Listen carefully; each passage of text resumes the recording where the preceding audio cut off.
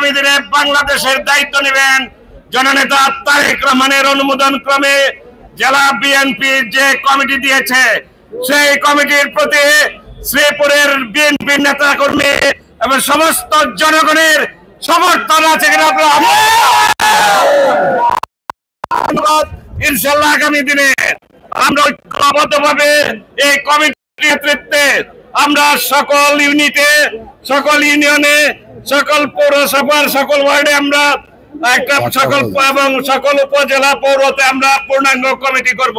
আমাদের মধ্যে অনেককে আমরা বিভিন্ন জায়গায় আমরা উপযুক্ত লোক থাকলে আমরা বিভিন্ন জায়গায় আমরা পদায়ন করতে পারি নাই। ইনশাল্লাহ আগামী দিনে যখন পূর্ণাঙ্গ কমিটি হবে জেলা কমিটি হবে তাদেরকেও মূল্যায়ন করা হবে। আসুন একটা ঐক্যবদ্ধ বিএনপির মাধ্যমে আমাদের নেতা আগামী রাষ্ট্রনায়ক জননেতা তারেক রহমানের যে স্বপ্ন এটি বৈষম্যহীন গণতান্ত্রিক মানবিক বাংলাদেশ প্রতিষ্ঠা আসলে সেই স্বপ্নকে বাস্তবায়ন করার জন্য আমরা এগিয়ে যাই। সবাইকে ধন্যবাদ।